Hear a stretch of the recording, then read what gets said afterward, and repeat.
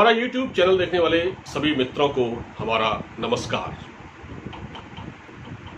कल हमने एक वीडियो बनाया था राजस्थान के मसले पर। जैसा कि आपको मालूम ही है और देखा भी होगा आपने टेलीविजन चैनलों पर कि राजस्थान में उथल पुथल है। कुछ लोगों को लग रहा है कि ये थम गई है क्योंकि 14 तारीख को कांग्रेस ने विश्वास मत जीत लिया और बीजेपी के मंसूबे धरे रह गए। तो अब कुछ लोगों को ये लग रहा है कि शायद राजस्थान में जो तूफान उठ रहा था वो अब शांत हो गया, जो बवंडर था वो शांत हो गया। ऐसा नहीं है, शोले राख के अंदर दबे हुए हैं और वो कभी भी हवा पाकर सुलग उठते हैं और ऐसा हो सकता है।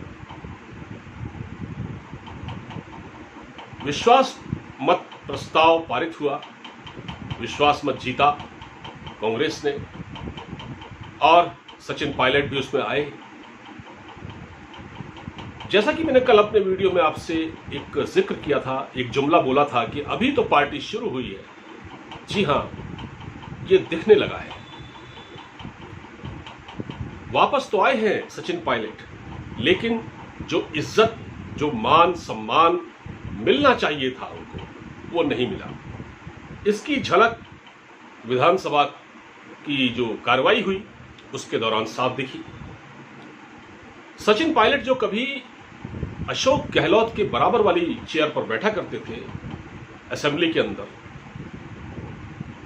वो शुक्रवार के दिन 127वीं नंबर की सीट पर बैठे हुए थे। 127 नंबर की सीट पर विराजमान थे।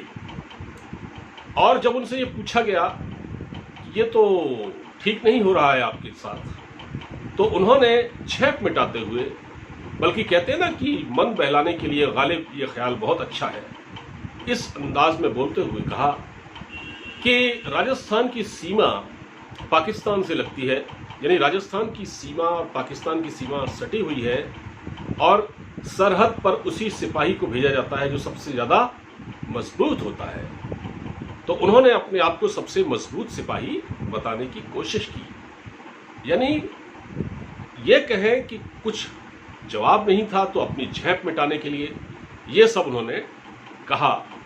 अशोक गहलोत ने कितनी बड़ी बात कह दी। उन्होंने कहा कि अगर सचिन पायलट के विधायक हमारे साथ नहीं होते, जो 18 या 19 विधायक उनके साथ हैं, तब भी हम बहुमत साबित कर देते। मतलब उनका ये कहना था कि ये न भी आते तब भी ऐसा हो जाता। मतलब एक तरह से उनका इशारा साफ था कि हमें सचिन पायलट के या उनके जो विधायक हैं 18-19, उनकी कोई ज़रूरत नहीं थी, हम तो वैसे ही कर देते।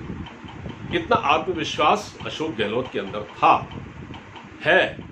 और ये एक इशारा है सचिन पायलट के लिए, क्योंकि एक बार जो घर छोड़ के चला जाए, जो एक बार बगावत कर दे, वापस तो वो आ सकता है, एंट्री उसकी दोबारा हो सकती है, लेकिन पार्टी में फिर वो सम्मान नहीं मिलता उसको।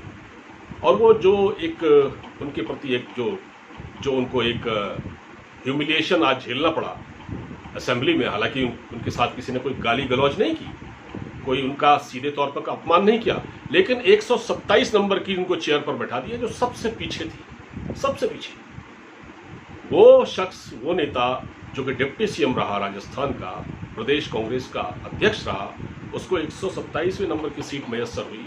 इससे आप अंदाजा लगा सकते हैं कि जो मैंने कहा था कि अभी तो पार्टी शुरू हुई है, यानी अभी जो पिक्चर है, रियल पिक्चर, अभी वो बाहर आना बाकी है।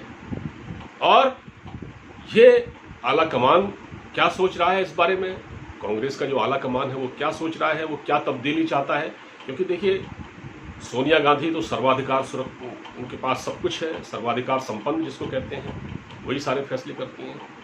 हो सकता है कल को वो सचिन पायलट के पक्ष में फरमान जारी कर दें, नहीं जी अशोक गहलोत जी जाइए, अब आपकी उम्र हो चुकी है, अब आपसे राजनीति नहीं होगी, हमको यंग जनरेशन को आगे लाना है, सचिन पायलट को कुर्सी में बिठाना है। तो शायद हो सकता है बिल्ली के भाग से छींका फूट जाए और सचिन पायलट के पास बहुत बड़ी अपॉर्चुनिटी आ जाए और वो सीएम बन जाए, कौन जानता है।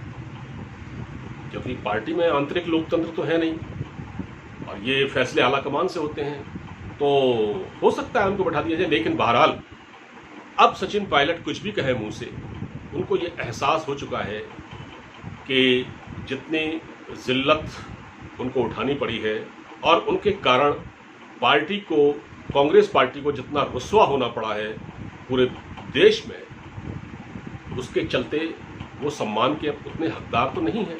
और वो आज साफ दिख गया। असेंबली में जो कार्रवाई हुई उसके दौरान शुक्रवार के दिन वो दिख गया। आगे देखते हैं क्या होता है। तो फिलहाल ये है राजस्थान का सीन। तो अभी से एक इशारा दे दिया गया है सचिन पायलट को कि आप अपनी हैसियत में रहिए, जो आपकी औकात है वो तय कर दी गई है। और वो आपकी औकात ये है कि आप 127 नंबर की सीट पर बैठेंगे। बैठना है तो बैठिए, वरना बाहर जाइए, हमें आपकी ज़रूरत नहीं है। ये अशोक गहलोत ने भी कह दिया कि अगर वो न भी होते, उनके 18 विधायक न भी होते, तब भी हम बहुमत साबित कर देते। ये है राजनीति का अजब गजब खेल। तो फिलहाल आपको ये वीडियो कैसा लगा, ये एनालिसिस कैसा लगा? अगर आपको अच्छा लगा हो तो अपना फीडबैक दें। अब मुझे इजाज़त दीजिए, आप अपना ख्याल रखिए। नमस्कार।